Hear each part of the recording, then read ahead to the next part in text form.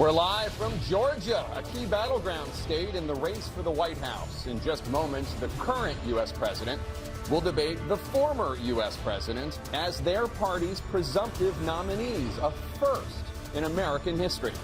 We want to welcome our viewers in the United States and around the world to our studios in Atlanta. This is the CNN presidential debate. This debate is being produced by CNN and is coming to you live on CNN, CNN International, CNN.com, CNN Max, and CNN Espanol. This is a pivotal moment between President Joe Biden and former President Donald Trump in their rematch for the nation's highest office. Each will make his case to the American people with just over 4 months until Election Day. Good evening, I'm Dana Bash, anchor of CNN's Inside Politics and co-anchor of State of the Union. I'm Jake Tapper, anchor of CNN's The Lead and co-anchor of State of the Union. Dana and I will co-moderate this evening. Our job is to facilitate a debate between the two candidates tonight. Before we introduce them, we want to share the rules of the debate with the audience at home. Former President Trump will be on the left side of the screen. President Biden will be appearing on the right. A coin toss determined their positions. Each candidate will have 2 minutes to answer a question and 1 minute each for responses and rebuttals. An additional minute for follow-up, clarification, or response is at the moderator's discretion. When it's time for a candidate to speak, his microphone will be turned on and his opponent's microphone will be turned off. Should a candidate interrupt when his microphone is muted, he will be difficult to understand for viewers at home. At the end of the debate, each candidate will get 2 minutes for closing statements. There is no studio audience tonight. Pre-written notes, props, or contact with campaign staff are not permitted during the debate. By accepting our invitation to debate, both candidates and their campaigns agreed to accept these rules. Now, please welcome the 46th President of the United States, Joe Biden. Folks, how are you?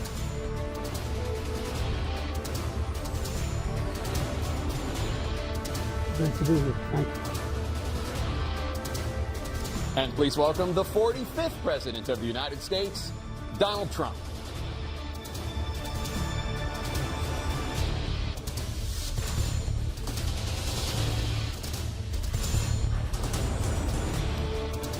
Gentlemen, thanks so much for being here. Let's begin the debate, and let's start with the issue that voters consistently say is their top concern, the economy.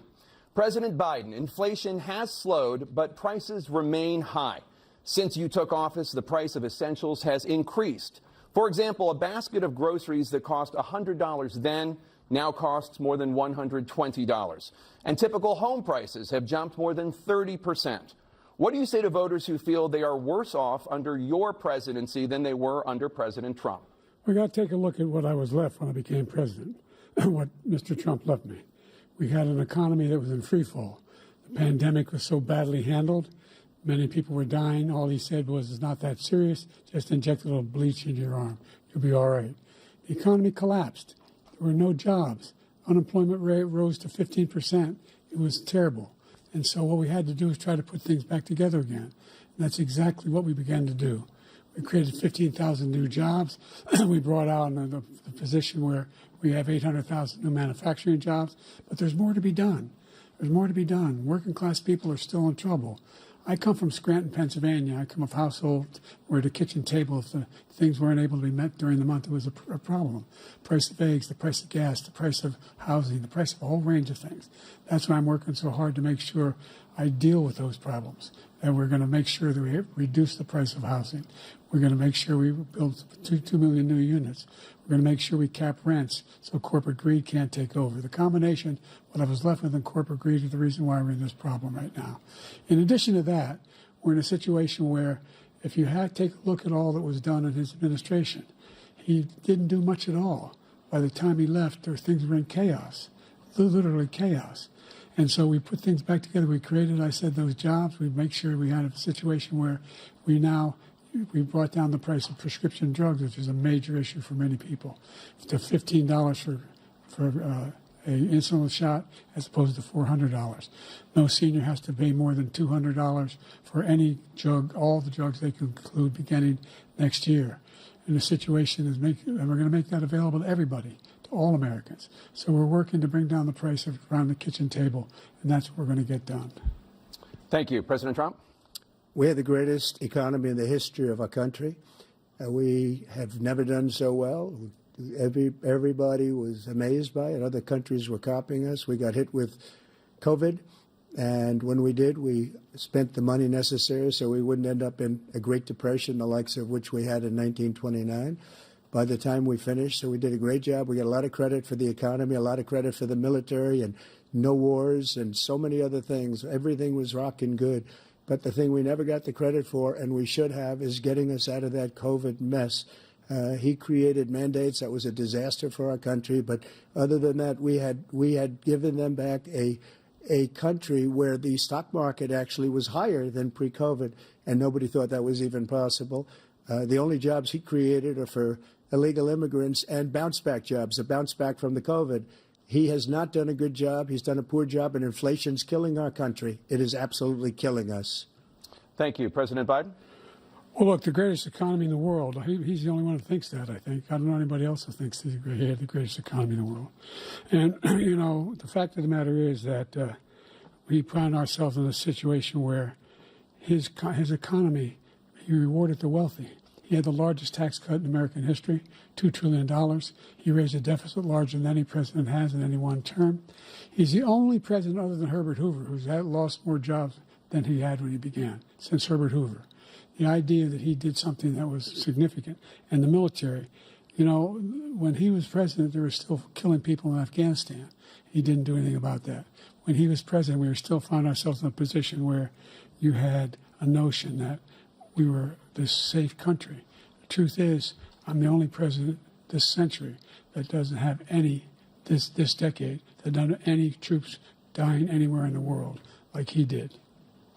President Trump, I want to follow up if I can. Am I allowed to respond to him? Well, I'm going to ask you a follow-up. You can do whatever you want with the minute that we give you. I want to follow up. You want to impose a 10% tariff on all goods coming into the U.S. How will you ensure that that doesn't drive prices even higher? It's not going to drive them higher. It's just going to cost countries that have been ripping us off for years, like China and many others, in all fairness to China. It's going to just force them to pay us a lot of money, reduce our deficit tremendously, and give us a lot of power for other things. But he made a statement. The only thing he was right about is I gave you the largest tax cut in history. I also gave you the largest regulation cut in history. That's why we had all the jobs. And the jobs went down, and then they bounced back, and he's taking credit for bounce-back jobs. You can't do that. He also said he inherited 9% inflation. No, he inherited almost no inflation, and it stayed that way for 14 months. And then it blew up under his leadership because they spent money like a bunch of people that didn't know what they were doing. And they don't know what they were doing. It was the worst, probably the worst administration in history. There's never been. And as far as Afghanistan is concerned, I was getting out of Afghanistan, but we were getting out with dignity, with strength, with power. He got out. It was the most embarrassing day in the history of our country's life. President Trump, over the last 8 years, under both of your administrations, the national debt soared to record highs. And according to a new nonpartisan analysis, President Trump, your administration approved $8.4 trillion in new debt, while so far, President Biden, you've approved $4.3 trillion in new debt. So, former President Trump, many of the tax cuts that you signed into law are set to expire next year. You want to extend them and go even further, you say. With the U.S. facing trillion-dollar deficits and record debt, why should top earners and corporations pay even less in taxes than they do now? Because the tax cuts spurred the greatest economy that we've ever seen just prior to COVID. And even after COVID, it was so strong that we were able to get through COVID much better than just about any other country. But we spurred, that tax spurred. Now, when we cut the taxes, as an example, the corporate tax was cut down to 21% from 39%, plus beyond that. We took in more revenue with much less tax, and companies were bringing back trillions of dollars back into our country. The country was going like never before, and we were ready to start paying down debt. We were ready to start using the liquid gold right under our feet, the oil and gas right under our feet. We were going to have something that nobody else has had. We got hit with COVID. We did a lot to fix it. I gave him an unbelievable situation with all of the therapeutics and all of the things that we came up with. We gave him something great. Remember, more people died under his administration even though we had largely fixed it. More people died under his administration than our administration, and we were right in the middle of it, something which a lot of people don't like to talk about. But he had far more people dying in his administration. He did the mandate, which is a disaster, mandating it. The vaccine went out. He did a mandate on the vaccine, which is the thing that people most objected to about the vaccine. And he did a very poor job, just a very poor job. And I will tell you, not only poor there, but throughout the entire world, we're no longer respected as a country. They don't respect our leadership. They don't respect the United States anymore. We're like a third world nation between weaponization of his election, trying to go after his political opponent. All of the things he's done, we've become like a third world nation, and it's a shame. The damage he's done to our country, and I'd love to ask him, and will, why he allowed millions of people to come in here from prisons, jails, and mental institutions to come into our country and destroy our country. President Trump, we will get to immigration later in this block. President Biden, I want to give you an opportunity to respond to this question about the national debt. He had the largest national debt of any president in a 4-year period, number one. Number two, that $2 trillion tax cut benefited the very wealthy. What I'm going to do is fix the tax system. For example, we have 1,000 trillionaires in America. Billionaires in America. And what's happening? They're in a situation where they, in fact, pay 8.2% in taxes. If they just paid 24%, 25%, either one of those numbers, they'd raise $500 billion, I should say, in a 10-year period. We'd be able to wipe out his debt. We'd be able to help make sure that all those things we need to do, child care, elder care, making sure that we continue to strengthen our health care system, making sure that we're able to make every single solitary person eligible for what I've been able to do with the with the COVID, with dealing with everything we have to do with, look, if we finally beat Medicare. Thank you, President Biden. President Trump? Well, he's right. He did beat Medicare. He beat it to death, and he's destroying Medicare because all of these people are coming in. They're putting them on Medicare. They're putting them on Social Security. They're going to destroy Social Security. This man is going to single-handedly destroy Social Security. These millions and millions of people coming in, they're trying to put them on Social Security. He will wipe out Social Security. He will wipe out Medicare. So he was right in the way he finished that sentence. And it's a shame. What's happened to our country in the last 4 years is not to be believed. Foreign countries, I'm friends with a lot of people, they cannot believe what happened to the United States of America. We're no longer respected. They don't like us. We give them everything they want, and they think we're stupid. They think we're very stupid people. What we're doing for other countries, and they do nothing for us. What this man has done is absolutely criminal. Thank you, President Trump. Dana? This is the first presidential election since the Supreme Court overturned Roe v. Wade. This morning, the court ruled on yet another abortion case, temporarily allowing emergency abortions to continue in Idaho, despite that state's restrictive ban. Former President Trump, you take credit for the decision to overturn Roe v. Wade, which returned the issue of abortion to the states. Correct. However, the federal government still plays a role in whether or not women have access to abortion pills. They're used in about 2/3 of all abortions. As president, would you block abortion medication? First of all, the Supreme Court just approved the abortion bill, and I agree with their decision to have done that, and I will not block it.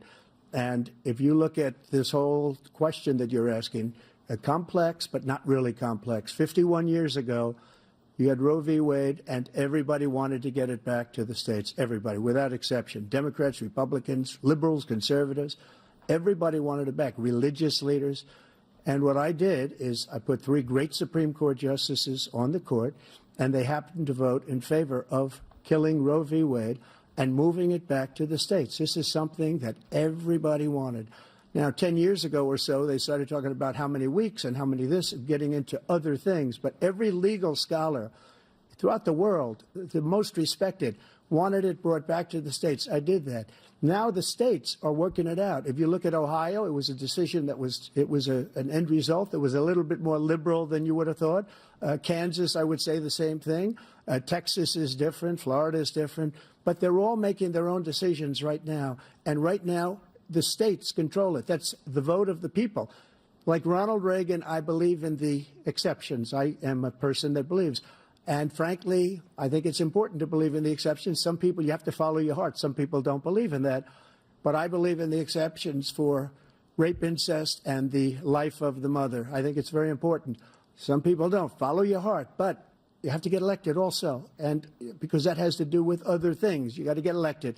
The problem they have is they're radical because they will take the life of a child in the 8th month, the 9th month, and even after birth. After birth, if you look at the former governor of Virginia, he was willing to do this. He said, we'll put the baby aside and we'll determine what we do with the baby, meaning we'll kill the baby.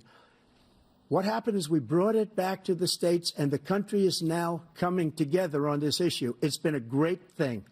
Thank you. President Biden? It's been a terrible thing, what you've done. The fact is that the vast majority of constitutional scholars supported Roe when it was decided, supported Roe. And that's this idea that they're all against it is just ridiculous. And this is the guy who says the state should be able to have it. We're in a state where in 6 weeks, you don't even know whether you're pregnant or not, but you cannot see a doctor and have him decide on what your circumstances are, whether you need help. The idea that states are able to do this is a little like saying we're going to turn civil rights back to the states, let each state have a different rule. Look, there's so many young women who have been, including a young woman who just was murdered, and he went to the funeral. The idea that she was murdered by an immigrant coming in, they talk about that. But here's the deal: there's a lot of young women who are being raped by their in-laws, by their spouses, brothers and sisters, it's just ridiculous, and they can do nothing about it. And they try to arrest them when they cross state lines. Thank you. There have been many young women murdered by the same people he allows to come across our border. We have a border that's the most dangerous place anywhere in the world, considered the most dangerous place anywhere in the world. And he opened it up, and these killers are coming into our country, and they are raping and killing women. And it's a terrible thing. As far as the abortion is concerned, it is now back with the states. The states are voting. In many cases, it's frankly a very liberal decision. In many cases, it's the opposite. But they're voting, and it's bringing it back to the vote of the people, which is what everybody wanted, including the founders, if they knew about this issue, which, frankly, they didn't. But they would have. Everybody wanted it brought back. Ronald Reagan wanted it brought back. He wasn't able to get it. Everybody wanted it brought back, and many presidents had tried to get it back. I was the one to do it. And again, this gives it the vote of the people, and that's where they wanted it. Every legal scholar wanted it that way. Staying on the topic of abortion, President Biden, 7 states, I'll let you do that. This is the same topic. 7 states have no legal restrictions on how far into a pregnancy a woman can obtain an abortion. Do you support any legal limits on how late a woman should be able to terminate a pregnancy? I supported Roe v. Wade, which had 3 trimesters. The first time is between the woman and the doctor. Second time is between the doctor and an extreme situation. The third time is between the doctor, between the woman and the state. The idea that the politicians, that the founders wanted the politicians to be the ones making decisions about women's health is ridiculous. That's the last. No politician should be making that decision. A doctor should be making those decisions. That's how it should be run. That's what you're going to do. And if I'm elected, I'm going to restore Roe v. Wade. So that means he can take the life of the baby in the 9th month and even after birth, because some states, Democrat run, take it after birth. Again, the former governor of Virginia, put the baby down, then we decide what to do with it. So he's willing to, as we say, rip the baby out of the womb in the 9th month and kill the baby. Nobody wants that to happen, Democrat or Republican. Nobody wants it to happen. That is simply not true. The Roe v. Wade does not provide for that. That's not the circumstance. Only if a woman's life is in danger, she's going to die. That's the only circumstance in which that can happen. But we are not for late-term abortion, period. Period, period. Under Roe v. Wade, you have late-term abortion. You can do whatever you want, depending on the state. You can do whatever you want. We don't think that's a good thing. We think it's a radical thing. We think the Democrats are the radicals, not the Republicans. For 51 years, that was the law. 51 years, constitutional scholarship said it was the right way to go.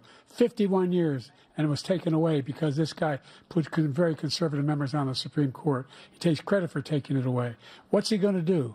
What's he going to do, in fact, if the MAGA Republicans, he gets elected, and the MAGA Republicans control the Congress, and they pass a universal ban on abortion, period, across the board at 6 weeks or 7 or 8 or 10 weeks, something very, very conservative. Is he going to sign that bill? I'll veto it. He'll sign it. Thank you. Let's turn now to the issue of immigration and border security. President Biden, a record number of migrants have illegally crossed the southern border on your watch. Overwhelming border states and overburdening cities such as New York and Chicago, and in some cases causing real safety and security concerns. Given that, why should voters trust you to solve this crisis? Because we worked very hard to get a bipartisan agreement that not only changed all of that, it made sure that we are in a situation where you had no circumstance where they could come across the border with the number of border police there are now. We significantly increased the number of asylum officers. By the way, the Border Patrol endorsed my position. In addition to that, we found ourselves in a situation where when he was president, he was separating babies from their mothers, putting them in cages, making sure the families were separated. That's not the right way to go. What I've done since I've changed the law, what's happened? I've changed it in a way that now you're in a situation where there are 40% fewer people coming across the border illegally. That's better than when he left office. And I'm going to continue to move until we get the total ban on the total initiative relative to what we're going to do with more Border Patrol and more asylum officers. President Trump? I really don't know what he said at the end of that sentence. I don't think he knows what he said either. Look, we had the safest border in the history of our country. The border, all he had to do was leave it. All he had to do was leave it. He decided to open up our border, open up our country to people that are from prisons, people that are from mental institutions, insane asylum, terrorists. We have the largest number of terrorists coming into our country right now, all terrorists, all over the world, not just in South America, all over the world. They come from the Middle East, everywhere. All over the world, they're pouring in. And this guy just left it open. And he didn't need legislation because I didn't have legislation. I said, close the border. We had the safest border in history. In that final couple of months of my presidency, we had, according to Border Patrol, who is great, and by the way, who endorsed me for president, but I won't say that, but they endorsed me for president. Brandon, just speak to him. But look, we had the safest border in history. Now we have the worst border in history. There's never been anything like it. And people are dying all over the place, including the people that are coming up in caravans. Thank you, President Trump. President Biden? The only terrorist who's done anything crossing the border is one who came along and killed three, under his administration, killed an al-Qaeda person come in his administration, killed 3 American soldiers. That's the only terrorist that's there. I'm not saying no terrorist ever got through, but the idea they're emptying their prisons, we're welcoming these people, that's simply not true. There's no data to support what he said. Once again, he's exaggerating, he's lying. President Trump, staying on the topic of immigration, you've said that you're going to carry out, quote, the largest domestic deportation operation in American history, unquote. Does that mean that you will deport every undocumented immigrant in America, including those who have jobs, including those whose spouses are citizens, and including those who have lived here for decades? And if so, how will you do it? Just 1 second. He said we killed 3 people. The people we killed are al-Baghdadi and Soleimani, the 2 greatest terrorists, biggest terrorists anywhere in the world, and it had a huge impact on everything, not just border, on everything. He's the one that killed people with the bad water, including hundreds of thousands of people dying, and also killing our citizens when they come in. We are living right now in a rat's nest. They're killing our people in New York, in California, in every state in the union, because we don't have borders anymore. Every state is now a border. And because of his ridiculous, insane, and very stupid policies, people are coming in and they're killing our citizens at a level that we've never seen. We call it migrant crime. I call it Biden migrant crime. They're killing our citizens at a level that we've never seen before. And you're reading it like these 3 incredible young girls over the last few days. One of them, I just spoke to the mother, and they just had the funeral for this girl, 12 years old. This is horrible what's taken place. What's taken place in our country, we're literally an uncivilized country now. He doesn't want it to be. He just doesn't know. He opened the borders. Nobody's ever seen anything like. And we have to get a lot of these people out, and we have to get them out fast because they're going to destroy our country. Just take a look at where they're living. They're living in luxury hotels in New York City and other places. Our veterans are on the street. They're dying because he doesn't care about our veterans. He doesn't care. He doesn't like the military at all, and he doesn't care about our veterans. Nobody been worse. I had the highest approval rating for veterans taking care of the VA. He has the worst. He's gotten rid of all the things that I approved. Choice that I got through Congress, all of the different things I approved, they abandoned. We had by far the highest, and now it's down in less than half because he's done all these great things that we did. And I think he did it just because I approved it, which is crazy. But he has killed so many people at our border by allowing all of these people to come in. And it's a very sad day in America. President Biden, you have the mic. Every single thing he said is a lie. Every single one. For example, veterans are a hell of a lot better off since I passed the PACT Act. 1 million of them now have insurance, and their families have it. Their families have it because what happened, whether it was Agent Orange or burn pits, they're all being covered now. And his group opposed that. We're also in a situation where we have great respect for veterans. My son spent a year in Iraq, living right next to one of those burn pits, came back with stage 4 glioblastoma. I was recently in France for D-Day, and I spoke all about those heroes that died. I went to the World War I cemetery he refused to go to. He was standing with his 4-star general, and he told me, he said, I don't want to go in there because they're a bunch of losers and suckers. My son was not a loser, was not a sucker. You're the sucker. You're the loser. President Trump? First of all, that was a made-up quote, suckers and losers. They made it up. It was in a third-rate magazine that's failing, like many of these magazines. He made that up. He put it in commercials. We've notified him. We had 19 people that said I didn't say it. And think of this. Who would say I'm at a cemetery or I'm talking about our veterans? Because nobody's taken better care. I'm so glad this came up, and he brought it up. There's nobody that's taken better care of our soldiers than I have. To think that I would, in front of generals and others, say suckers and losers. We have 19 people that said it was never said by me. It was made up by him, just like Russia was made up, just like the 51 intelligence agents are made up. Just like the new thing with the 16 economists are talking, it's the same thing. 51 intelligence agents said that the laptop was Russia disinformation. It wasn't. That came from his son, Hunter. It wasn't Russia disinformation. He made up the suckers and losers, so he should apologize to me right now. 4-star general standing to your side who was on your staff who said you said it, period. That's number one. And number two, the idea that I have to apologize to you for anything along the line. We've done more for veterans than any president has in American history. And they now are in their family. The only sacred obligation we have as a country is to care for our veterans when they come home and their families and equip them when they go to war. That's what we're doing. That's what the VA is doing now. They're doing more for veterans than ever before in our history. All right. Thank you so much. Let's move to the topic of foreign policy. I want to begin with Russia's war against Ukraine, which is now in its 3rd year. Former President Trump, Russian President Vladimir Putin says he'll only end this war if Russia keeps the Ukrainian territory it has already claimed and Ukraine abandons its bid to join NATO. Are Putin's terms acceptable to you? First of all, our veterans and our soldiers can't stand this guy. They can't stand him. They think he's the worst commander-in-chief, if that's what you call him, that we've ever had. They can't stand him. So let's get that straight. And they like me more than just about any of them. And that's based on every single bit of information. As far as Russia and Ukraine, if we had a real president, a president that knew, that was respected by Putin, he would have never invaded Ukraine. A lot of people are dead right now, much more than people know. You know, they talk about numbers. You can double those numbers, maybe triple those numbers. He did nothing to stop it. In fact, I think he encouraged Russia from going in. I'll tell you what happened. He was so bad with Afghanistan. It was such a horrible embarrassment, most embarrassing moment in the history of our country, that when Putin watched that and he saw the incompetence, that he should have fired those generals, like I fired the one that you mentioned.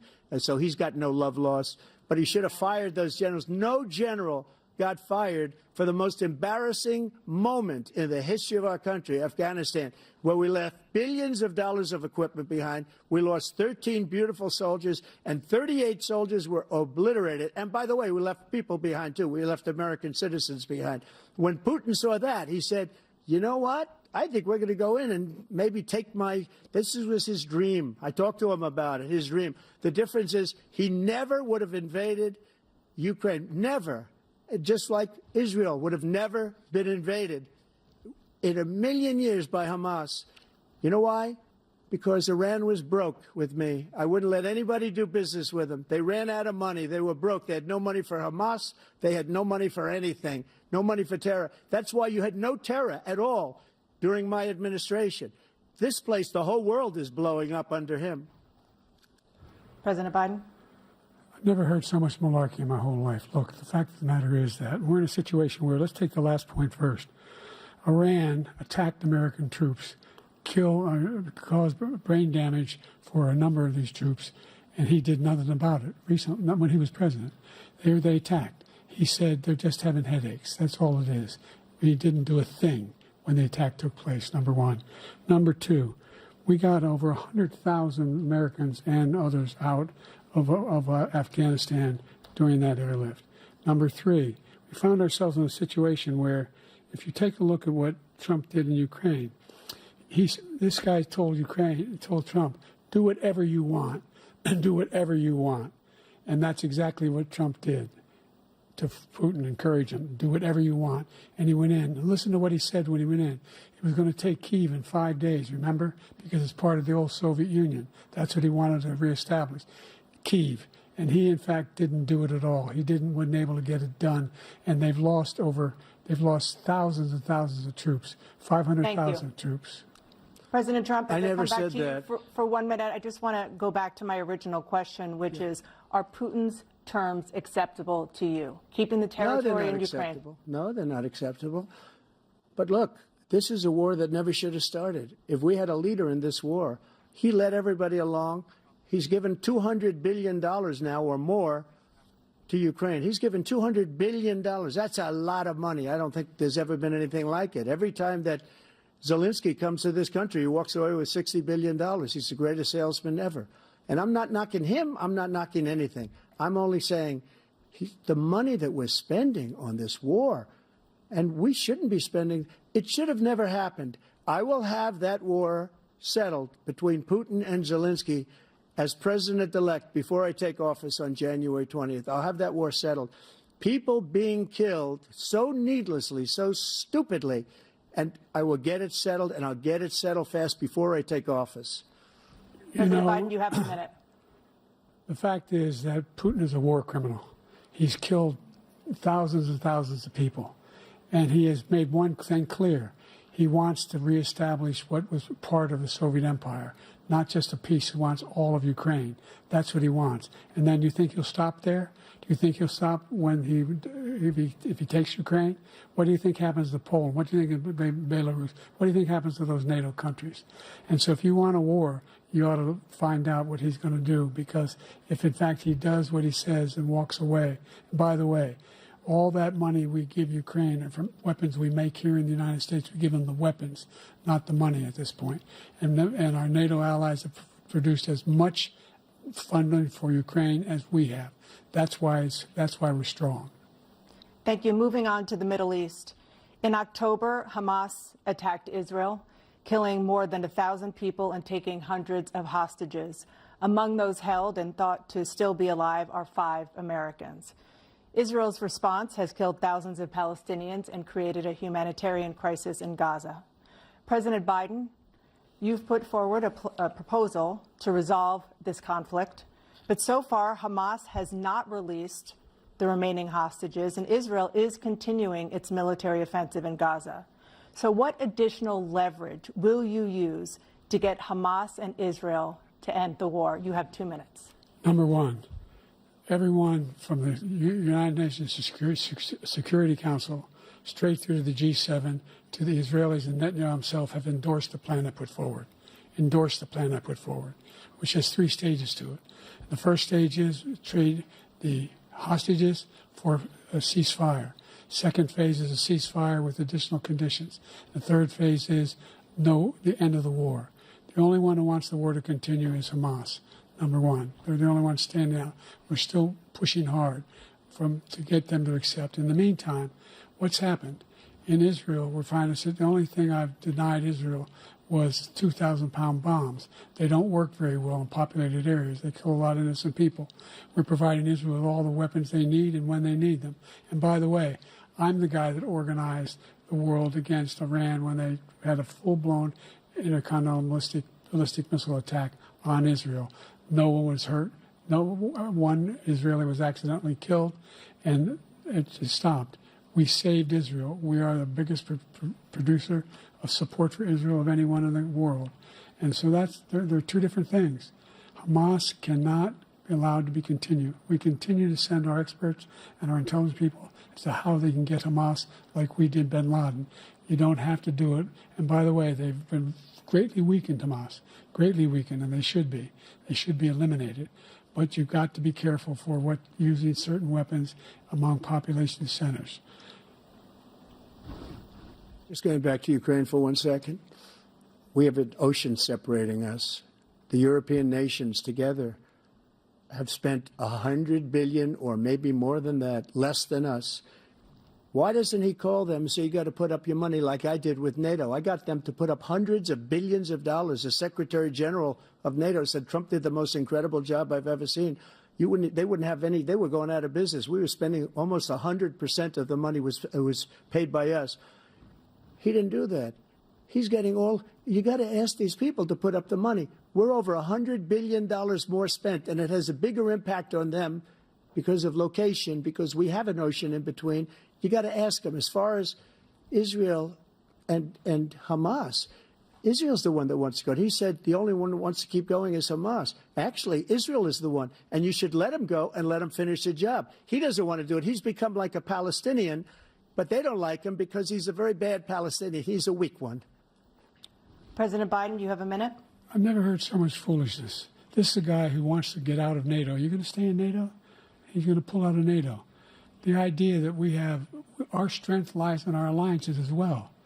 It may be a big ocean, but we're ever able to avoid a war in Europe, a major war in Europe? What happens if, in fact, you have Putin continue to go into NATO?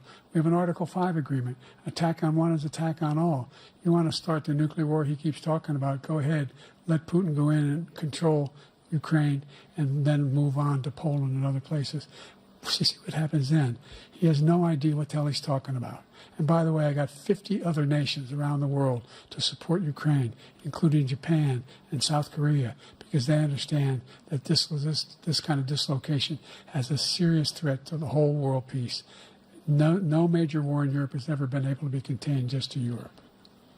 President Trump, just to follow up, would you support the creation of an independent Palestinian state in order to achieve peace in the region? I'd have to see, but before we do that, the problem we have is that we spend all the money.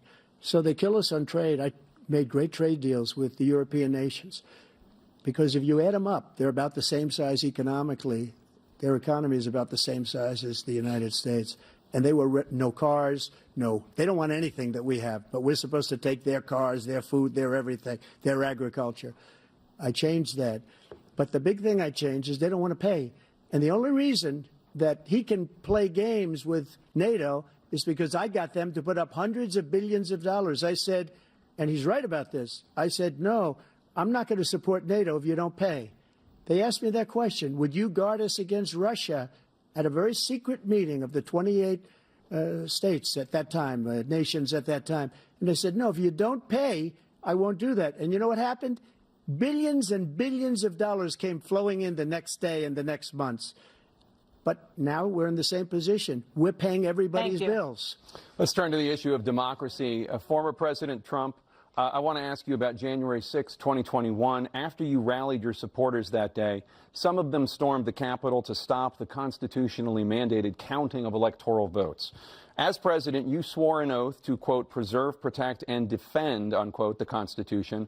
What do you say to voters who believe that you violated that oath through your actions and inaction on January 6th and worry that you'll do it again? Well, I don't think too many believe that. And let me tell you about January 6th. On January 6th, we had a great border. Nobody coming through, very few. On January 6th, we were energy independent. On January 6th, we had the lowest taxes ever. We had the lowest regulations ever. On January 6th, we were respected all over the world. All over the world, we were respected. and then he comes in, and we're now laughed at. We're like a bunch of stupid people. That what happened to the United States' reputation under this man's leadership is horrible, including weaponization, which I'm sure at some point you'll be talking about, where he goes after his political opponent because he can't beat him fair and square. You have 80 seconds left. My question was, what do you say to those voters who believe that you violated your constitutional oath through your actions and inaction on January 6, 2021, and worry that you'll do it again? Well, I didn't say that to anybody. I said peacefully and patriotically. And Nancy Pelosi, if you just watched the news from 2 days ago, on tape to her daughter, who's a documentary filmmaker, they say, but she's saying, oh, no, it's my responsibility. I was responsible for this. Because I offered her 10,000 soldiers or National Guard, and she turned them down. And the mayor in writing, by the way, the mayor, in writing, turned it down, the mayor of D.C. They turned it down. I offered 10,000 because I could see, I had virtually nothing to do. They asked me to go make a speech. I could see what was happening. Everybody was saying they're going to be there on January 6th. They're going to be there. And I said, you know what? There's a lot of people coming. You could feel it. You could feel it, too, and you could feel it. And I said, they ought to have some National Guard or whatever. And I offered it to her. And she now admits that she turned it down. And it was the same day she was, I don't know, she can't be very happy with her daughter because it made her into a liar. She said, I take full responsibility for January 6th. President Biden? Look, he encouraged those folks to go up on Capitol Hill, number one. I sat in that dining room off the Oval Office. He sat there for 3 hours watching, begging, being begged by his vice president and a number of his colleagues on the Republican side as well to do something, to call for a stop, to end it. Instead, they talked about these people being patriots and great patrons of America. In fact, he says he'll now forgive them for what they've done. They've been convicted. He says he wants to commute their sentences and say that no. But he went to every single court in the nation. I don't know how many cases, scores of cases, including the Supreme Court, and they said, no, this guy is responsible for doing what was done. He did do a damn thing, and these people should be in jail, and they should be the ones who are being held accountable. And he wants to let them all out. And now he says if he loses again, such a whiner that he is, that it could be a bloodbath. Thank you, President Biden. President Trump? What they've done to some people that are so innocent, you ought to be ashamed of yourself. What you have done, how you've destroyed the lives of so many people. When they ripped down Portland, when they ripped down many other cities, you go to Minnesota, Minneapolis, what they've done there, with the fires all over the city. If I didn't bring in the National Guard, that city would have been destroyed. When you look at all of they took over big chunks of Seattle. I was all set to bring in the National Guard. They heard that. They saw them coming, and they left immediately. What he said about this whole subject is so off. Peacefully patriotic. One other thing. The Unselect Committee, which is basically two horrible Republicans that are all gone now, out of office, and Democrats, all Democrats, they destroyed and deleted all of the information they found because they found out we were right. We were right. And they deleted and destroyed all of the information. They should go to jail for that. If a Republican did that, they'd go to jail. Thank you, President Trump. President Biden, I want to give you a minute. The only person on this stage is a convicted felon is the man I'm looking at right now. And the fact of the matter is, what he's telling you is simply not true. The fact is that there was no effort on his part to stop what was going on up in Capitol Hill. And all those people, every one of those who were convicted, turned over desks, turned them over statues. The idea that those people are patriots? Come on. When I asked him about the first two debates we had, the debates we had first time around, I said, will you denounce the Proud Boys? He said, no, I'll tell them to stand by. The idea he's refusing, will you denounce these guys? We denounce the people we're talking about now? We denounce the people who attacked that Capitol? What are you going to do? I'm going to give you a minute, President Trump, for a follow-up question I have. After a jury convicted you of 34 felonies last month, you said if reelected, you would, quote, have every right to go after, unquote, your political opponents. You just talked about members of the Select Committee on January 6th going to jail. Your main political opponent is standing on stage with you tonight. Can you clarify exactly what it means about you feeling you have every right to go after your political opponents? Well, I said my retribution is going to be success. We're going to make this country successful again, because right now it's a failing nation. My retribution is going to be success. But when he talks about a convicted felon, his son is a convicted felon at a very high level. His son is convicted, going to be convicted probably numerous other times. Should have been convicted before, but his Justice Department let the statute of limitations lapse on the most important things. But he could be a convicted felon as soon as he gets out of office. Joe could be a convicted felon with all of the things that he's done. He's done horrible things. All of the death caused at the border, telling the Ukrainian people that we're going to want $1 billion or you change the prosecutor. Otherwise, you're not getting $1 billion. If I ever said that, that's quid pro quo. That we're not going to do anything. We're not going to give you $1 billion unless you change your prosecutor having to do with the son. This man is a criminal. This man, you're lucky. You're lucky. I did nothing wrong. We'd have a system that was rigged and disgusting. I did nothing wrong. Thank you, President Trump. President Biden, you have said, I'm coming right to you, sir. You want to respond? Go ahead. I'll give you a minute to respond. The idea that I did anything wrong relative to what you're talking about is outrageous. It's simply a lie, number one. Number two, the idea that you have a right to seek retribution against any American just because you're president is wrong. It's simply wrong. No president's ever spoken like that before. No president in our history has spoken like that before. Number three, the crimes that you are still charged with, and think of all the civil penalties you have. How many billions of dollars do you owe in civil penalties for molesting a woman in public, for doing a whole range of things, of having sex with a porn star on the night while your wife was pregnant? I mean, what are you talking about? You have the morals of an alley cat. Give you a minute, sir. I didn't have sex with a porn star, number one. Number two, that was a case that was started and moved. They moved a high-ranking official, a DOJ, into the Manhattan DA's office to start that case. That case is going to be appealed and won. We had a very terrible judge, a horrible judge, Democrat. The prosecutor were all high-ranking Democrats, appointed people, and both the civil and the criminal. He basically went after his political opponent because he thought it was going to damage me. But when the public found out about these cases, because they understand it better than he does, he has no idea what these cases are. But when they found out about these cases, you know what they did? My poll numbers went up, way up. You know that because you're reporting it. And we took in more money in the last 2 weeks than we've ever taken in the history of any campaign. I don't think any campaign has ever taken. Hundreds of millions of dollars came pouring in because the public knows it's a scam, and it's a guy that's after his political opponent because he can't win fair and square. Thank you, President Trump. President Biden, you have said, quote, Donald Trump and his MAGA Republicans are determined to destroy American democracy. Do you believe that the tens of millions of Americans who are likely to vote for President Trump will be voting against American democracy? The more they know about what he's done, yes. The more they know about what he's done. And there's a lot more coming. He's got a lot of cases down the road coming around. He's got a whole range of issues he has to face. I don't know what the juries will do, but I do know he has a real problem. And so the fact that, could you ever think you heard any president say that I'm going to seek retribution? Do you ever hear any president say that I thought Hitler had some good ideas? What got me involved to run in the first place after my son had died, I decided in Iraq, because of Iraq, I said I wasn't going to run again until I saw what happened in Charlottesville, Virginia. People coming out of the woods carrying swastikas on torches, and singing the same anti-Semitic bile they sang when back in Germany. And the young woman got killed. I spoke to the mother, and they asked him. They said, "What do you think of those people? The ones who got killed, the one who tried to stop it, and the ones," he said, "I think they're fine people on both sides."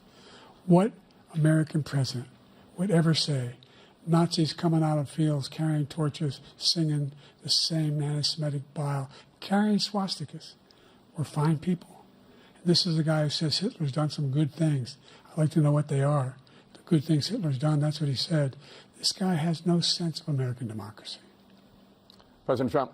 Jake, both of you know that, sir, has been totally wiped out, because when you see the sentence, it said 100% exoneration on that, sir. He just keeps it going. He says he ran because of Charlottesville. He didn't run because of Charlottesville.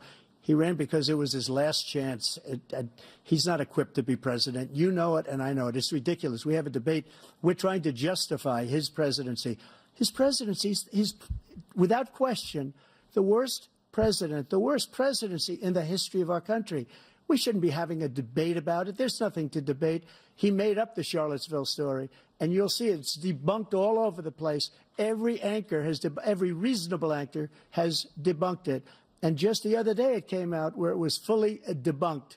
It's a nonsense story. He knows that, and he didn't run because of Charlottesville. He used that as an excuse to run. President Biden? And debunked. It happened.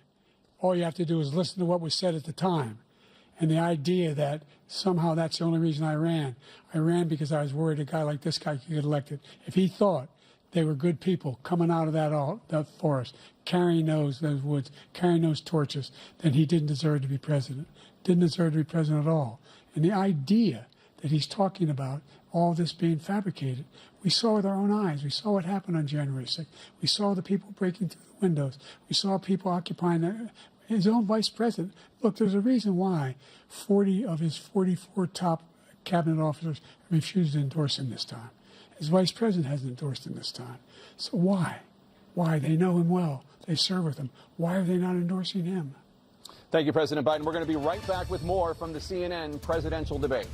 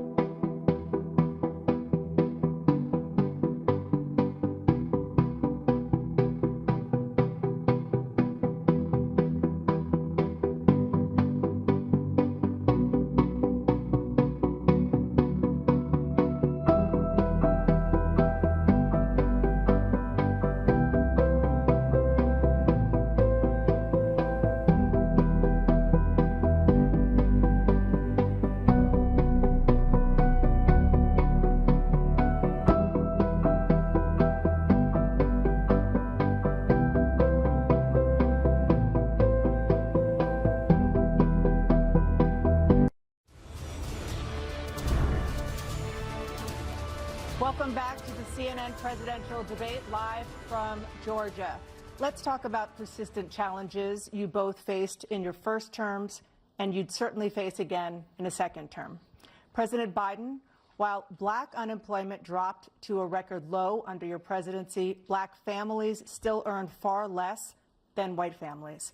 Black mothers are still 3 times more likely to die from pregnancy-related causes, and black Americans are imprisoned at 5 times the rate of white Americans. What do you say to black voters who are disappointed that you haven't made more progress? They acknowledge they made a lot of progress, number one. The fact of the matter is there's more small black businesses that have been started than any time in history.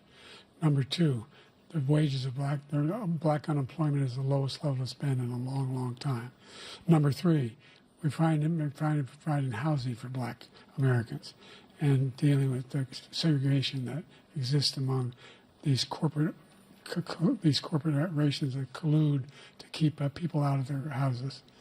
And in addition to that, we find that the impact on the choice that black families have to make relative to child care is incredibly difficult. When we did the first major piece of legislation in the past, I was able to reduce black child care costs. I cut them in half. We got to make sure we provide for child care costs. We got to make sure, because when you provide those child care protections, you increase economic growth because more people can be in the job market. So there's more to be done, considerably more to be done. But we've done a great deal so far, and I'm not letting up, and they know it. You have 49 seconds left. What do you say to black voters who are disappointed with the progress so far? I say I don't blame them for being disappointed. Inflation is still hurting them badly. For example, I provided for the idea that any black family, first-time home buyer, should get a $10,000 tax credit to be able to buy their first home so they can get started. I made sure that we're in a situation where all those black families and those black individuals who had to take out student loans that were ballooning, that if they were engaged in nursing, and anything having to do with volunteerism, if they paid their bills for 10 years on their student debt, all the rest was forgiven after 10 years. Millions have benefited from that. And we're going to do a whole lot more for black families. Thank you, President Trump. And he caused the inflation. He's blaming inflation, and he's right, it's been very bad. He caused the inflation, and it's killing black families and Hispanic families and just about everybody. It's killing people. They can't buy groceries anymore. They can't. You look at the cost of food where it's doubled and tripled and quadrupled. They can't live. They're not living anymore. He caused this inflation. I gave him a country with essentially no inflation. It was perfect. It was so good. All he had to do is leave it alone. He destroyed it with his Green New scam and all this money that's being thrown out the window. He caused inflation. As sure as you're sitting there, the fact is that his big kill on the black people is the millions of people that he's allowed to come in through the border. They're taking black jobs now, and it could be 18, it could be 19, and even 20 million people. They're taking black jobs, and they're taking Hispanic jobs, and you haven't seen it yet, but you're going to see something that's going to be the worst in our history. Thank you. President Biden? There was no inflation when I became president. You know why? The economy was flat on its back. 15% unemployment. He decimated the economy, absolutely decimated the economy. That's why there was no inflation at the time. There were no jobs. We provided thousands of millions of jobs for individuals who are in all communities, including minority communities. We made sure that they have health insurance. We have covered, the ACA has increased. I made sure that they're $8,000 per person in a family to get written off for health care. But this guy wants to eliminate that. They tried 50 times. He wants to get rid of the ACA again, and they're going to try again if they win. You find ourselves in a position where the idea that we're not doing any, we put more police on the street than any administration has. He wants to cut the cops. We're providing for equity and making sure people have a shot to make it. There's a lot going on, but in inflation, he caused it by his tremendous malfeasance in the way he handled the pandemic. Thank you. Another persistent challenge is the climate crisis. 2023 was the hottest year in recorded history, and communities across The country are confronting the devastating effects of extreme heat, intensifying wildfires, stronger hurricanes, and rising sea levels. Former President Trump, you've vowed to end your opponent's climate initiatives, but will you take any action as president to slow the climate crisis? Well, let me just go back to what he said about the police, how close the police are to him. Almost every police group in the nation from every state is supporting Donald J. Trump. Almost every police group.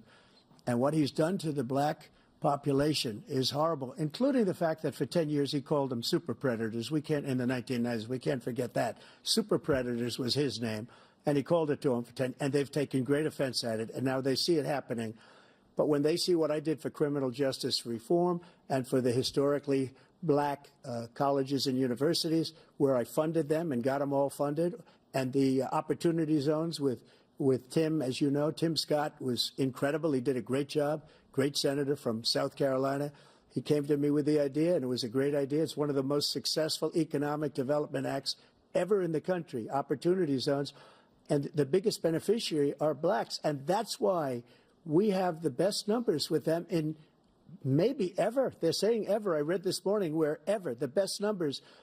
He's lost much of the black population because he's done a horrible job for black people. He's also done a horrible job for Hispanics. But wait till you see these millions of people pouring into our country, and they're going to take the jobs, and it's already started, and you haven't seen anything yet. It's a disaster. You've 38 seconds left. President Trump, will you take any action as president to slow the climate crisis? So I want absolutely immaculate clean water, and I want absolutely clean air, and we had it.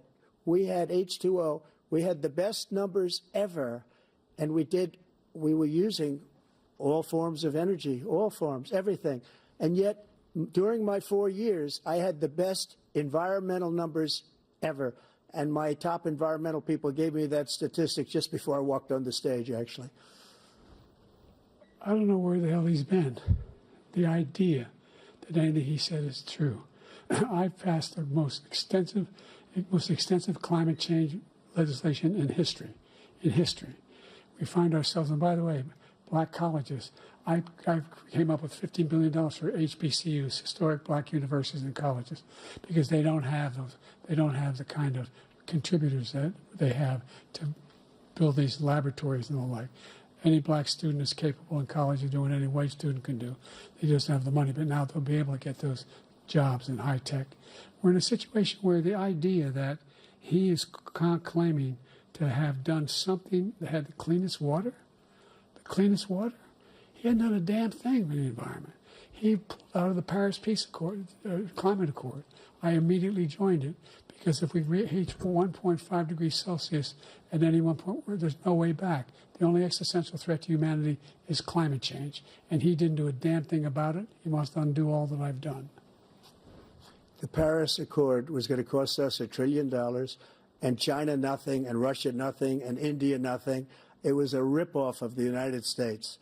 And I ended it because I didn't want to waste that money because they treat us horribly. We were the only ones. It was costing us money. Nobody else was paying into it.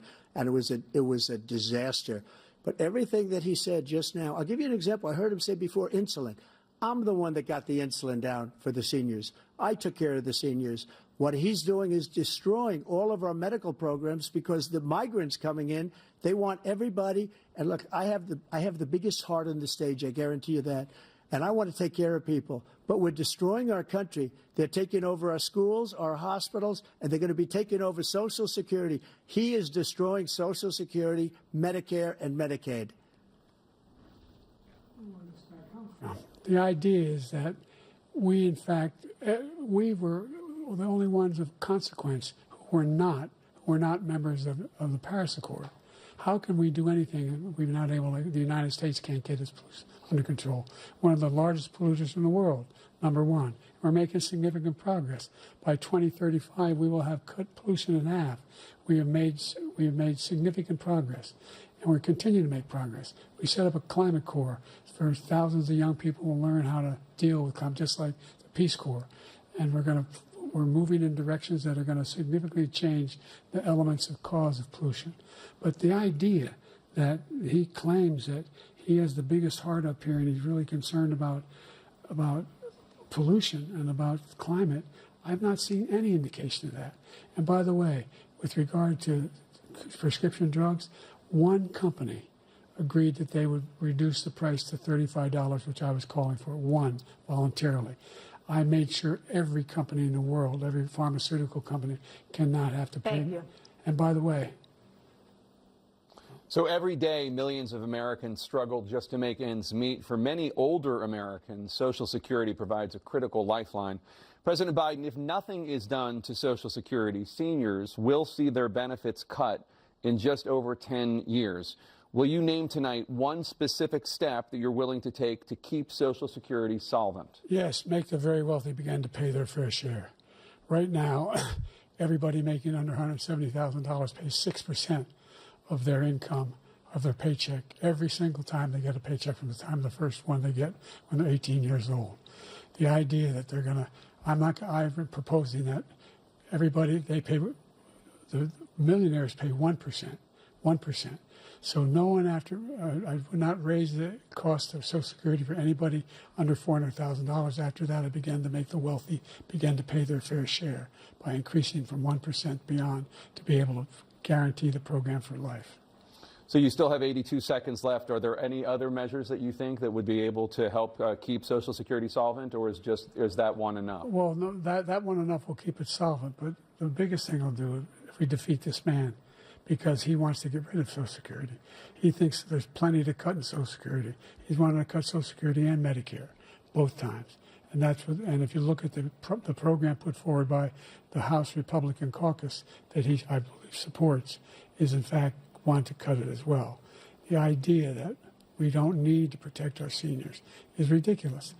And by the way, the American public has greater health care coverage today than ever before. And on the ACA, as I said, you're in a circumstance where 400,000 people, 40 million people would not have insurance because they have a pre-existing condition. Only thing that allows them to have that insurance is the fact that they, in fact, are part of the ACA. And by the way, the other thing is, we're in a situation where I talk about education for black communities. I've raised the amount of money for Pell Grants by another $8,000. So anybody making under $70,000 a year is going to be able to get $15,000 toward their tuition. He just doesn't know what he's talking about. Thank you, President Biden. President Trump. So I've dealt with politicians all my life. I've been on this side of the equation for the last 8 years. I've never seen anybody lie like this guy. He lies. I've never seen it. He can look you in the face. About so many other things, too. And we mentioned the laptop. We mentioned Russia, Ukraine. Everything he does is a lie. It's misinformation and disinformation. The losers and suckers story that he made up is a total lie on the military. It's a disgrace. But Social Security, he's destroying it because millions of people are pouring into our country, and they're putting them onto Social Security. They're putting them onto Medicare, Medicaid. They're putting them in our hospitals. They're taking the place of our citizens. What they're doing to the VA, to our veterans, is unbelievable. Our veterans are living in the street, and these people are living in luxury hotels. He doesn't know what he's doing, and it's really coming back. I've never seen such anger in our country before. President Biden. The idea that veterans are not being taken care of, I told you before. And by the way, when I said suckers and losers, he acknowledged after that he fired that general.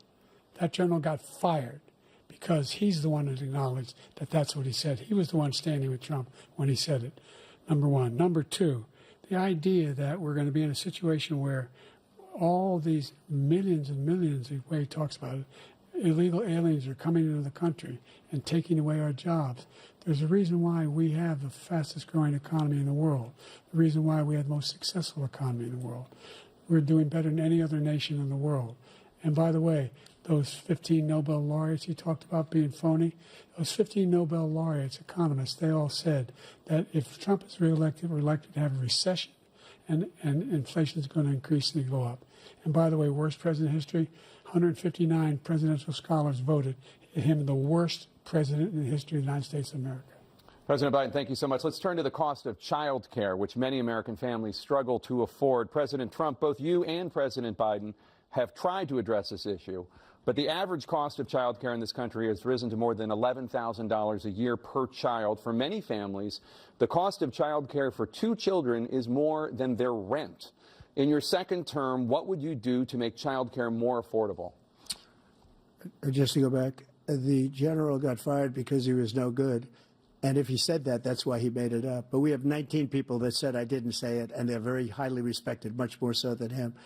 The other thing is, he doesn't fire people. He never fired people. I've never seen him fire anybody. I did fire a lot. I fired Comey because he was no good. I fired a lot of the top people at the FBI, drained the swamp. They were no good. Not easy to fire people. You'd pay a price for it, but they were no good. I inherited these people. I didn't put him there. I didn't put Comey there. He was no good. I fired him. This guy hasn't fired anybody. He never fires. He should have fired every military man that was involved with that the Afghanistan horror show, the most embarrassing moment in the history of our country. He didn't fire. Did you fire anybody? Did you fire anybody that's on the border that's allowed us to have the worst border in the history of the world? Did anybody get fired for allowing 18 million people, many from prisons, many from mental institutions? Did you fire anybody that allowed our country to be destroyed? Joe, our country is being destroyed as you and I sit up here and waste a lot of time on this debate. This shouldn't be a debate. He is the worst president. He just said about me because I said it. But look, he's the worst president in the history of our country. He's destroyed our country. Now all of a sudden he's trying to get a little tough on the border. He came out with a nothing deal, and it reduced it a little bit, like this much. It's insignificant. He wants open borders. He wants our country to either be destroyed or he wants to pick up those people as voters. And I don't think we just can't let it happen. If he wins this election, our country doesn't have a chance, not even a chance, of coming out of this rut. We probably won't have a country left anymore. That's how bad it is. He is the worst in history by far. Thank you, President Trump. President Biden? We're the most admired country in the world. We're the United States of America. There's nothing beyond our capacity. We have the finest military in the history of the world, the finest in the history of the world. No one thinks we're weak. No one wants to screw around with us. Nobody, number one. Number two, the idea that we're talking about worse presidents. I wasn't joking. Look it up or go online. 159 or 58, don't hold me the exact number, presidential historians, they've had meetings and they voted who's the worst president in American history. One through best to worst. They said he was the worst in all of American history. That's a fact. That's not conjecture. He can argue they're wrong, but that's what they voted. The idea that he is doing anything to deal with child care, he did for virtually nothing to child care. We should significantly increase the child care tax credit. We should significantly increase the availability of women and men or single parents to be able to go back to work. And we should encourage businesses to have. Thank you, President Biden. Facilities. President Trump, the question was about what would you do to make child care more affordable, if you want to take your minute. Just so you understand, we have polling, we have other things that they rate him the worst because what he's done is so bad. And they rate me, I'll show you, I will show you, and they rate me one of the best, okay? And if I'm given another 4 years, I will be the best. I think I'll be the best. Nobody's ever created an economy like us. Nobody ever cut taxes like us. He's the only one I know. He wants to raise your taxes by 4 times. He wants to raise everybody's taxes by 4 times. He wants the Trump tax cuts to expire. So everybody, including the 2 of you, are going to pay 4 to 5 times. Nobody ever heard of this before. All my life, I'd grow up and I'd see politicians talking about cutting taxes. When we cut taxes, as I said, we did more business. Apple and all these companies, they were bringing money back into our country. The worst president in history by far, and everybody knows it. President Biden? Look, the fact of the matter is that he's dead wrong about, he's increased the tariff, he will increase the taxes on middle-class people. I said I'd never raise a tax on anybody making less than $400,000. I didn't. But this tariff is 10% tariffs. Everything coming in the country, you know what the economists say? That's going to cost the average American $2,500 a year more because they're going to have to pay the difference in food and all the things that are very important. Number two, he's in a situation where he talks about how he has not raised, he somehow helped the middle class. Middle class have been devastated by you. Now you want a new tax cut of $5 trillion over the next 10 years, which is going to fundamentally bankrupt the country. You had the largest deficit of any president in American history, number one. Number two, you have not, in fact, made any contact, any progress with China. We are at the lowest trade deficit with China since 2010. Thank you, President Biden. You lost. Thank you, President Biden. Let's discuss an epidemic impacting millions of Americans that both of you have made a top priority in your first term, the opioid crisis. And for both of you, the number of overdose deaths in this country has gone up. Under your term, it went up. Under your term, it has gone up. Former President Trump, despite the efforts that both of you have made, more than 100,000 Americans are dying from overdoses every year, primarily from fentanyl and other opioids. What will you do to help Americans right now in the throes of addiction who are struggling to get the treatment they need? To finish up, we now have the largest deficit in the history of our country under this guy. We have the largest deficit with China. He gets paid by China. He's a Manchurian candidate. He gets money from China. So I think he's afraid to deal with them or something. But do you notice he never took out my tariffs because we bring in so much money with the tariffs that I imposed on China. He never took them away. He can't because it's too much money. It's tremendous. And we saved our steel industries, and there was more to come, but he hasn't done that. But he hasn't cut the tariffs because he can't, because it's too much money. But he's got the largest deficit in the history of our country, and he's got the worst situation with China. China's going to own us if you keep allowing them to do what they're doing to us as a country. They are killing us as a country, Joe, and you can't let that happen. You're destroying our country. So, President Trump, you have 67 seconds left. The question was, what are you going to do to help Americans in the throes of addiction right now who are struggling to get the treatment they need? Jake, we were doing very well at addiction until the COVID came along. We had the 2.5, almost 3 years of like nobody's ever had before, any country, in every way. And then we had to get tough. And it was the drugs pouring across the border it started to increase. We got great equipment. We bought the certain dog that's the most incredible thing that you've ever seen, the way they can spot it. We did a lot. And we were getting very low numbers, very, very low numbers. Then he came along. The numbers, have you seen the numbers now? It's not only the 18 million people that I believe is even low because the gotaways, they don't even talk about gotaways. But the numbers of the amount of drugs and human trafficking in women coming across our border, the worst thing I've ever seen, at numbers that nobody's ever seen under him because the border's so bad. But the number of drugs coming across our border now is the largest we've ever had by far. President Trump, thank you. President Biden? Fentanyl and the byproducts of fentanyl went down for a while. And I wanted to make sure we use the machinery that can detect fentanyl, these big machines that roll over everything that comes across the border. And it costs a lot of money. That was part of this deal we put together, this bipartisan deal. More fentanyl machines, more be able to detect drugs, more numbers of agents, more numbers of all the people at the border. And when we had that deal done, he called his Republican colleagues, said, don't do it. It's going to hurt me politically. No, he never argued it's not a good bill. It's a really good bill. We need those machines. We need those machines. And we're coming down very hard in every country in Asia in terms of precursors for fentanyl. And Mexico is working with us to make sure they don't have the technology to be able to put it together. That's what we have to do. We need those machines. Thank you, President Biden. President Trump, and again, the question is about Americans in the throes of addiction right now struggling to get the treatment they need. Well, this does pertain to it. He ended Remain in Mexico. He ended catch and release. I made it catch and release in Mexico, not catch and release here. We had so many things that we had done, hard negotiations with Mexico, and I got it all for nothing. It's just like when you have a hostage. We always pay $6 billion for a hostage. Every time we say there's a hostage. Now we have a hostage, a Wall Street Journal reporter, I think a good guy, and he's over there because Putin is laughing at this guy, probably asking for billions of dollars for the reporter. I will have him out very quickly as soon as I take office. Before I take office, I said by literally as soon as I win the election, I will have that reporter out. He should have had him out a long time ago, but Putin's probably asking for billions and billions of dollars because this guy pays it every time. We had 2 cases. We paid $6 billion for 5 people. I got 58 people out, and I paid essentially nothing. Thank you, President Trump. Dana?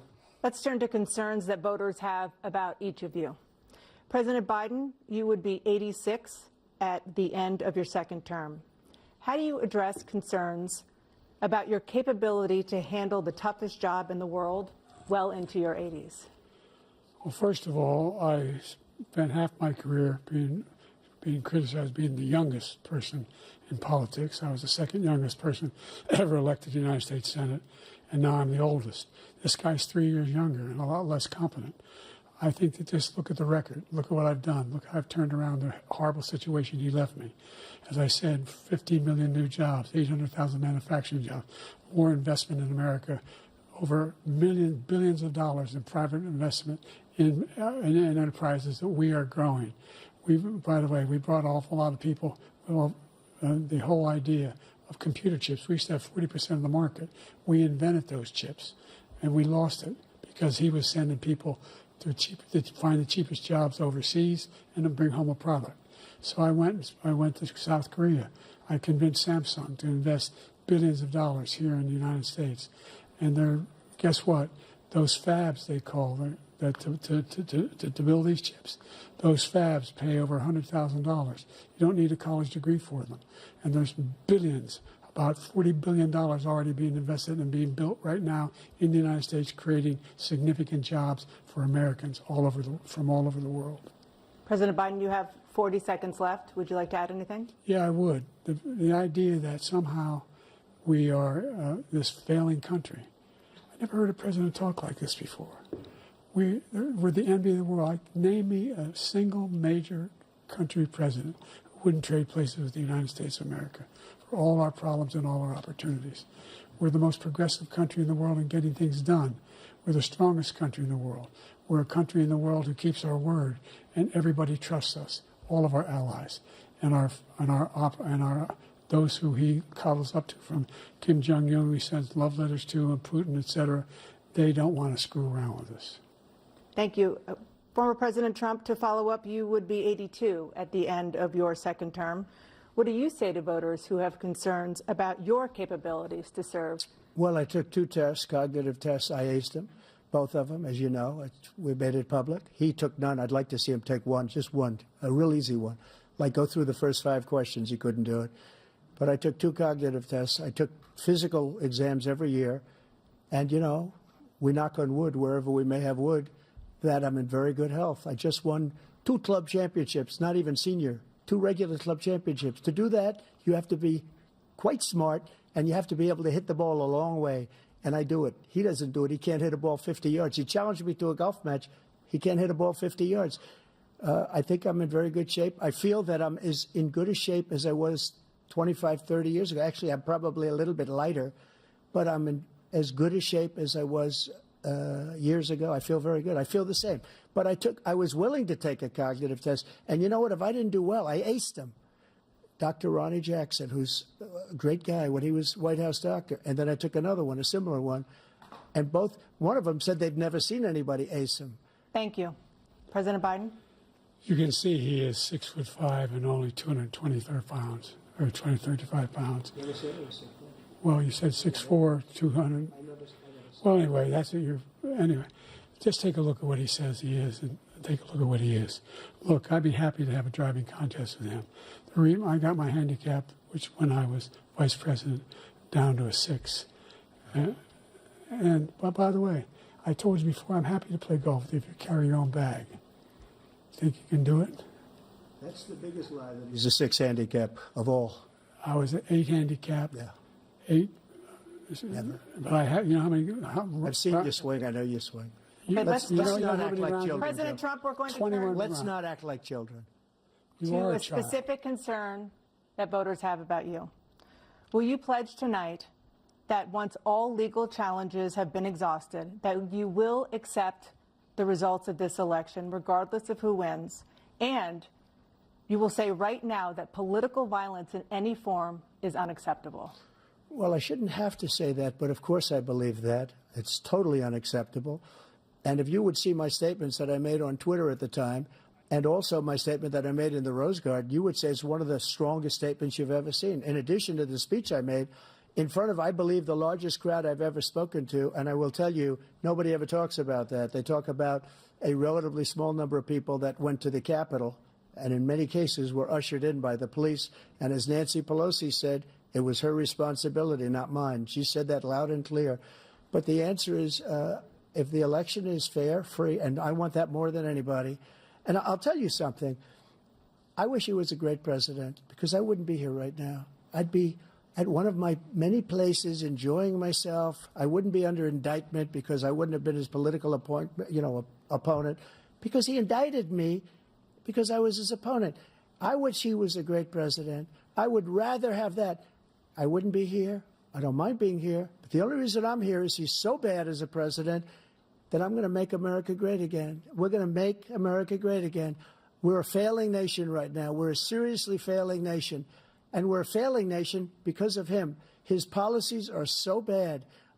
His military policies are insane. They're insane. These are wars that will never end with him. He will drive us into World War III, and we're closer to World War III than anybody can imagine. We are very, very close to World War III, and he's driving us there. And Kim Jong-un and President Xi of China, Kim Jong-un of North Korea, all of these, Putin, they don't respect him. They don't fear him. They have nothing going with this gentleman, and he's going to drive us into World War III. You want a World War III, let him follow and win, and let Putin say, do what you want, NATO. Just do what you want. There's a thing called Article 5. An attack on one is an attack on all, and required response. The idea, I can't think of a single major leader in the world who wouldn't trade places with the job I've done and what they've done. Because we are a powerful nation. We have wonderful people. It's because of the people, not me. It's because of the American people. They're capable of anything, and they step up when they're needed. And right now, we're needed. We're needed to protect the world because our own safety is at stake. And again, you want to have a war, just let Putin go ahead and take Kyiv, make sure they move on, see what happens in Poland, Hungary, and other places along that border. Then you have a war. President Trump, as I come back to you for a follow-up, the question was, will you accept the results of this election, regardless of who wins? Just to finish what he said, if I might, Russia, they took a lot of land from Bush. They took a lot of land from Obama and Biden. They took no land, nothing from Trump, nothing. He knew not to do it. He's not going to play games with me. He knew that. I got along with him very well, but he knew not to play games. He took nothing from me. But now he's going to take the whole thing from this man right here. That's a war that should have never started. It would have never started, ever, with me. And he's going to take Ukraine. And, you know, you asked me a question before, would you do this with... He's got us in such a bad position right now with Ukraine and Russia, because Ukraine's not winning that war. He said, I will never settle until such time. They're running out of people. They're running out of soldiers. They've lost so many people. It's so sad. They've lost so many people, and they've lost those gorgeous cities with the golden domes that are 1,000 years old, all because of him and stupid decisions. Russia would have never attacked if I were president. President Trump, the question was, will you accept the results of the election, regardless of who wins? Yes or no, please. If it's a fair and legal and good election, absolutely. I would have much rather accepted these. But the fraud and everything else was ridiculous. And if you want, we'll have a news conference on it in a week, or we'll have another one of these in a week. But I will absolutely, there's nothing I'd rather do. It would be much easier for me to do that than I'm running again. I wasn't really going to run until I saw the horrible job he did. He's destroying our country. I would be very happy to be someplace else, in a nice location someplace. And again, no indictments, no political opponent stuff, because it's the only way he thinks he can win. But unfortunately, it's driven up my numbers and driven them up to a very high level because the people understand it. Well, let's see what your numbers are when this election is over. Let's see. You're a whiner. When you lost the first time, you continued, you appealed and appealed to courts all across the country. Not one single court in America said any of your claims had any merit, state or local. None. but you continue to provoke this lie about somehow there's all this misrepresentation, all this stealing. There is no evidence of that at all. And I tell you what, I doubt whether you'll accept it because you're such a whiner. The idea if you lose again, you accepting anything, you can't stand the loss. Something snapped in you when you lost the last time. We'll be right back with more from the CNN presidential debate, live from Georgia.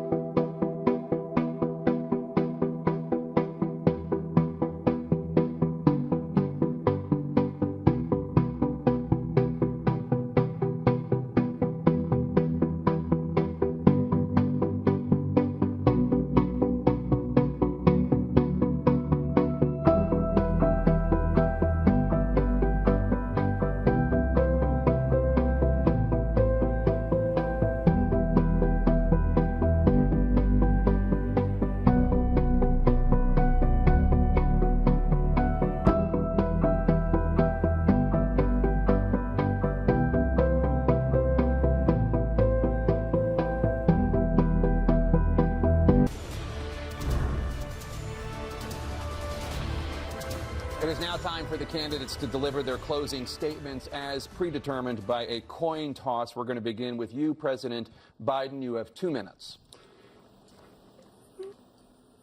We've made significant progress from the debacle that was left by President Trump in his last term. We find ourselves in a situation where, number one, we have to make sure that we have a fair tax system. I ask anyone out there in the audience or anyone out watching this debate, do you think the tax system is fair? The fact is that I said nobody even making under $400,000 had a single penny increase in their taxes and will not. And if I'm reelected, that'll be the case again. But This guy has increased your taxes because of the deficit, number one. He's increased inflation because of the debacle he left after the way he handled the pandemic. And he finds himself in a position where he now wants to tax you more by putting a 10% tariff on everything that comes into the United States of America. What I did, when, for example, he wants to get rid of the ability of Medicare for us to be able to negotiate drug prices with the big pharma companies. Well, guess what? We got it down to $35 for insulin instead of $400. No more than $2,000 for every senior, no matter how much prescription they need. You know what that did? That reduced the federal debt by $160 billion over 10 years because the government doesn't have to pay the exorbitant prices. I'm going to make that available to every senior all along, where it's happening now, and everybody in America. He wants to get rid of that. I'm going to make sure that we have child care. We're going to significantly increase the credit people have for child care. I'm going to make sure we do something about what we're doing on lead pipes and all the things that are causing health problems for people across the country. We're going to continue to fight to bring down inflation and give people a break. Thank you, President Biden. President Trump, you now have 2 minutes for your closing statement. Like so many politicians, this man is just a complainer. He said, we want to do this, we want to do that, we want to get rid of this tax, that tax. But he doesn't do anything. All he does is make our country unsafe by allowing millions and millions of people to pour in. Our military doesn't respect him. We look like fools in Afghanistan. We didn't stop Israel. It was such a horrible thing that would have never happened. It should have never happened. Iran was broke. Anybody that did business with Iran, including China, they couldn't do business with the United States. They all passed. Iran was broke. They had no money for Hamas or Hezbollah, for terror, no money whatsoever.